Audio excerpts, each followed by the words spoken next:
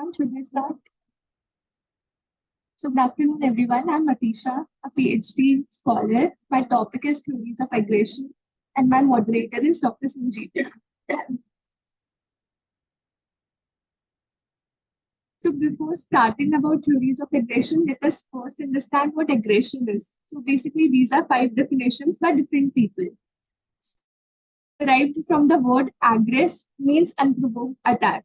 The second is behavior that results in personal injury or destruction of property.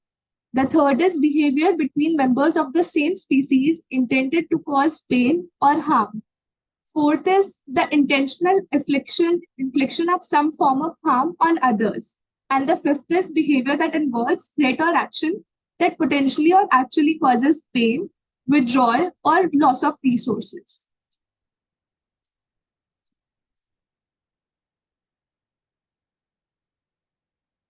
Now let us know what intentions are.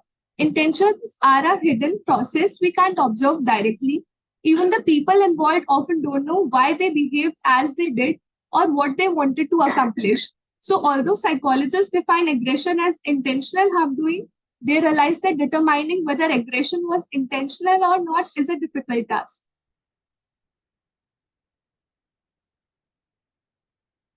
Now let us know theoretical perspectives on aggression. The role of biological factors. From instincts to the evolutionary perspective, humans are somehow programmed for violence by their basic nature or tendencies.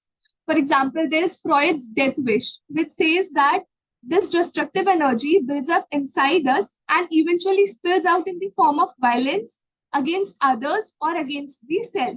Then Lawrence said that basically he adapted Darwin's theory of evolution and the principle of survival of the fittest.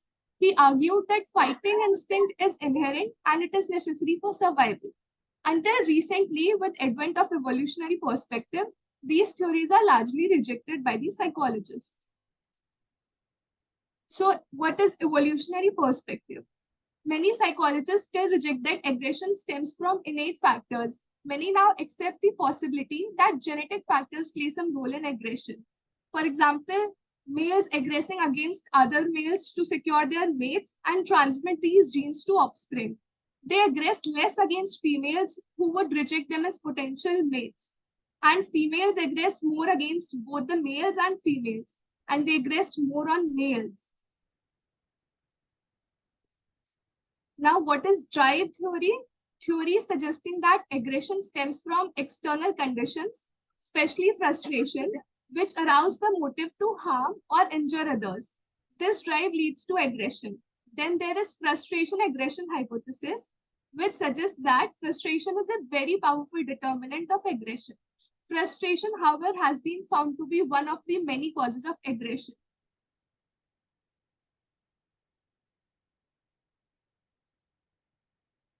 Now, modern theories of aggression.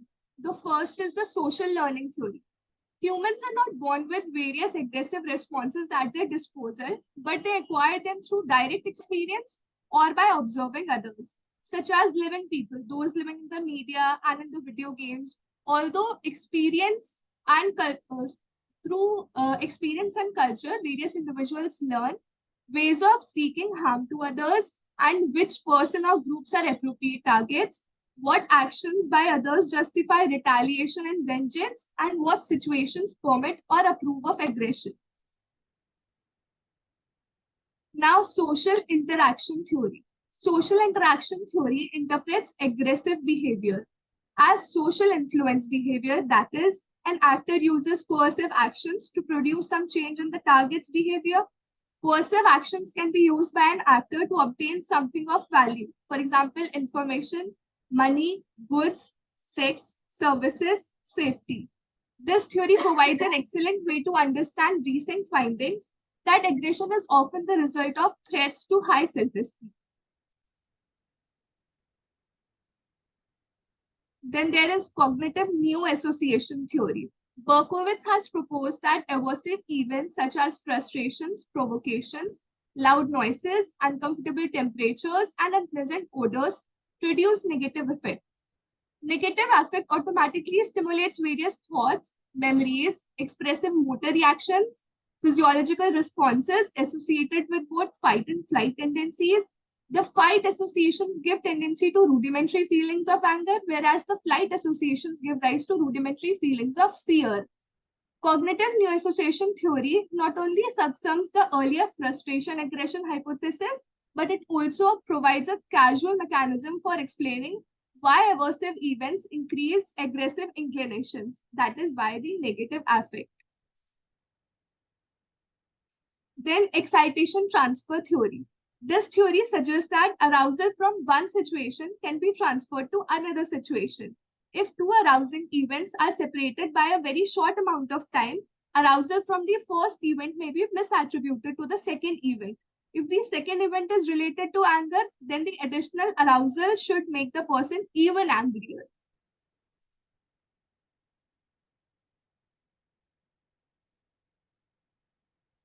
Then there is general aggression model, that is GAM.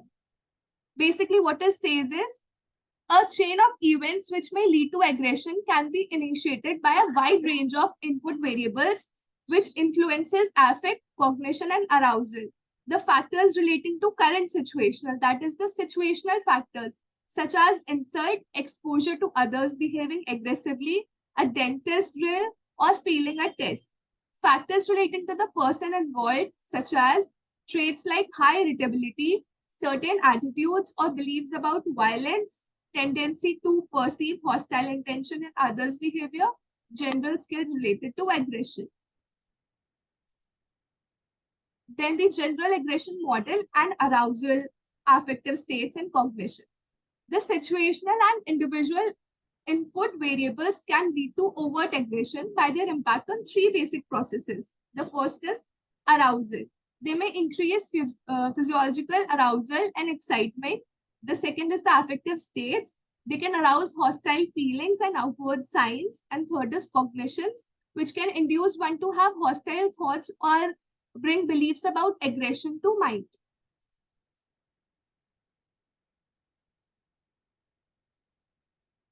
Now, Anderson and Bushman, they expanded on the general aggression model. What they said is that individuals who are exposed to high levels of aggression, either directly or indirectly through media or video games, may tend to become increasingly aggressive. Repeated exposure strengthens knowledge and structures related to aggression. As they grow stronger, it's easier to activate them by situational or personal inputs, and people are truly primed for aggression.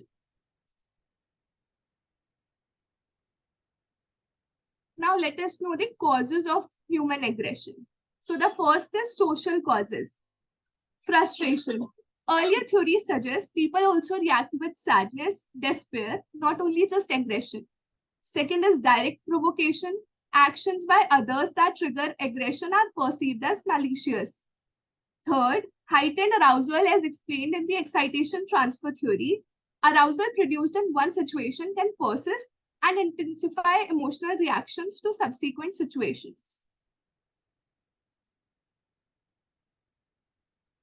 The second one is the exposure to media violence.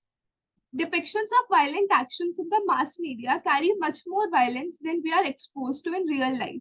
Exposure to media violence may be one factor contributing to real life violence in countries where such materials are viewed by large numbers of people.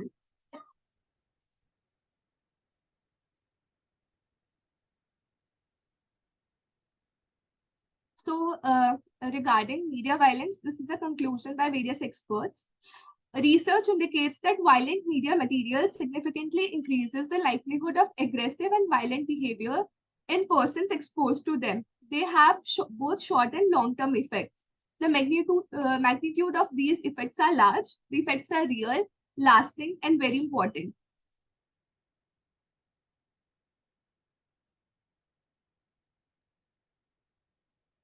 So why do media violence effects occur? The general aggression model theory suggests that repeated exposure to media violence can strongly affect cognitions relating to aggression, gradually creating a hostile expectation bias, a strong expectation that others will behave aggressively, which causes individuals to behave even more aggressively themselves. So while in pornography, although there is less evidence on this issue, findings suggest that exposure to violent exposure can increase men's willingness to aggress against women. Repeated exposure appears to produce a desensitizing effect in which emotional reactions to victim of sexual mistreatment become reduced. And it seems to encourage insensitive attitude towards sexual violence. Now, cultural factors that are involved in aggression. Cultures of honor. Cultures in which there are strong norms indicating that aggression is an appropriate response to insults to one's honor. There is sexual jealousy. In cultures of honor, infidelity by a woman is seen as threat to male honor and it can result in drastic response. For example, in Iraq, unmarried women who are not virgins may be executed to protect the family's honor. Then there is crimes of passions which are condoned in some cultures, such as Latin America and south of the US.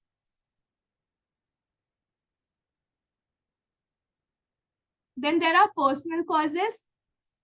First is the type A behavior pattern. Type A have highly competitive, irritable, and aggressive characteristics and are more likely to engage in hostile aggression, in which the prime objective is inflicting harm on the victim, such as child abuse, spouse abuse, are higher in type A. Then, second is perceiving evil intent in others. Attributions concerning the cause of others' behavior play important role in aggression and is the basis of the hostile attributional bias, which refers to the tendency to perceive hostile intentions or motives in others' action when these actions are ambiguous. Narcissism causes people to react with exceptionally high levels of aggression because of doubts about their inflated egos. So negative feedback is a threat. They also perceive themselves as victim of transgressions more often. Then gender differences. Males are generally more likely to aggress and be the victims of aggression throughout their lifespan. Yet size of differences varies across situations. Much larger gender differences seen in the absence of a provocation. When provocation is present, the differences disappear. Males higher in direct aggression, females in indirect, and it can even be seen as young as an 8-year-old. Now, situational determinants of aggression. Temperature and aggression. Basically, there's a link between climate and human aggression. Many people report feeling irritable and short-tempered on hot days, but beyond some level, aggression declines because people become so uncomfortable and fatigued. The second is alcohol and aggression. Alcohol reduces cognitive functioning. People are less able to evaluate others' intentions and the effects their behavior may produce. Effects stronger for those who normally show low levels of aggression. Basically, it is called release of inhibitions effect. Now, aggression in long-term relationships. The first is bullying, a pattern of behavior in which one individual is chosen as the target of repeated aggression by one or more others. The target person, that is the victim, generally has less power than those who engage in the aggression. Those are the bullies.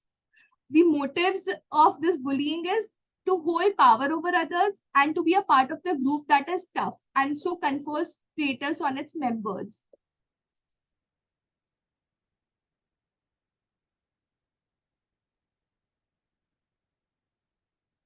Now, characteristics of bullies and victims. The bullies tend to believe others act the way they do because of lasting characteristics, while victims perceive others as acting as they do because they are responding to external situations, such as how others have treated them. Bullies use a hostile attributional bias and attack others because they see them as potentially dangerous and want to get the first blow. Some people are always bullies, some are always victims, and some are both. Bullies as well as bully victims tend to have lower self-esteem and attack others to build up their own self-image. Plus, they tend to adopt a ruthless, manipulative approach to life and to dealing with others. They don't trust, so they justify taking unfair advantage of others. And they believe that responding with aggression will bring respect and make them feel better.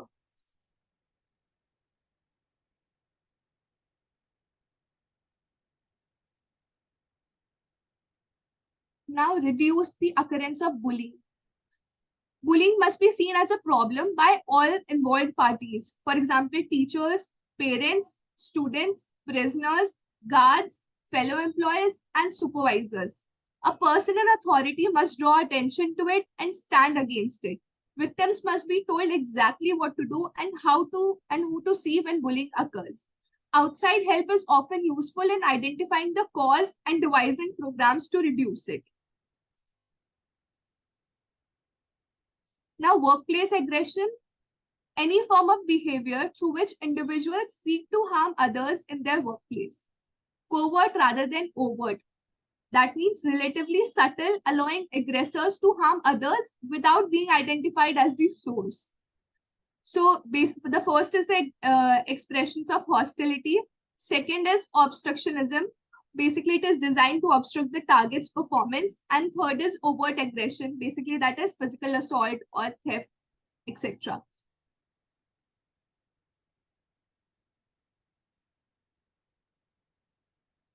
Then there is abusive supervision, behavior in which supervisors direct frequent hostile verbal and non-verbal behavior towards their subordinates, that is between co-workers and also among supervisors and employees.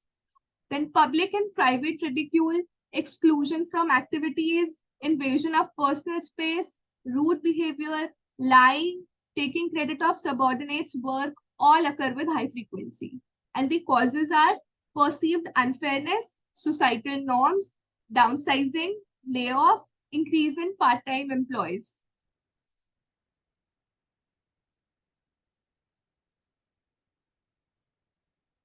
So now punishment, basically delivery of aversive consequences for specific actions. The major technique for reducing aggression can be large fines, prison, confinement, capital punishment. And why is it used? It is used to make amends for harm done. That is, the punishment should match the crime. It deters aggressors from such behavior in future. Ease of detection matches the level of punishment and removing dangerous people from society. Now, does punishment work? Punishment can reduce aggression, but only if it meets four basic requirements.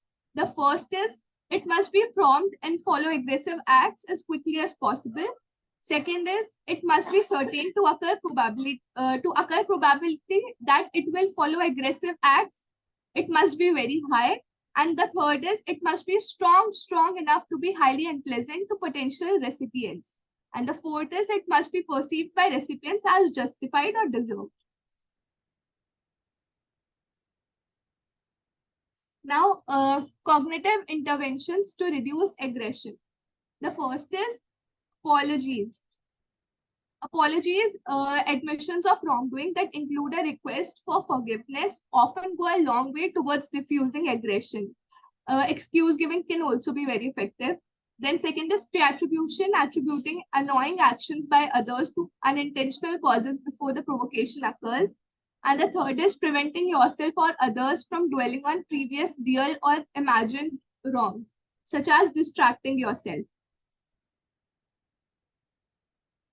Then catharsis hypothesis. This view that providing angry persons with the opportunity to express their aggressive impulses in relatively safe ways will reduce their tendency to engage in more harmful forms of aggression. The venting activities such as watching, reading about, imagining aggressive activities, aggressive play. Yet research suggests that this may actually increase subsequent aggression. The last is forgiveness, compassion instead of revenge. Giving up the desire to punish those who have hurt us and seeking instead to act in kind, helpful ways towards them. People who forgive more readily are higher in agreeableness and emotional stability. It involves empathy, generous attributions, and avoiding rumination about past transgressions. And forgiveness enhances psychological well-being. Thank you.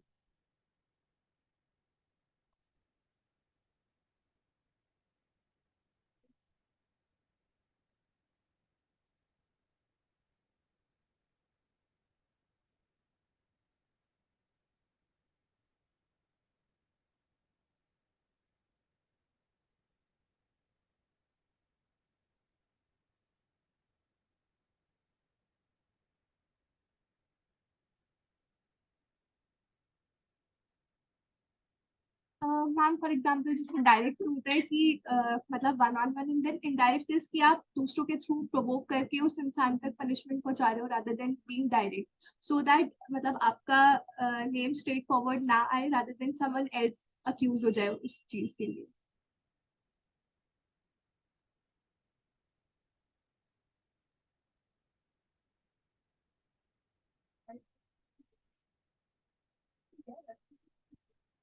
And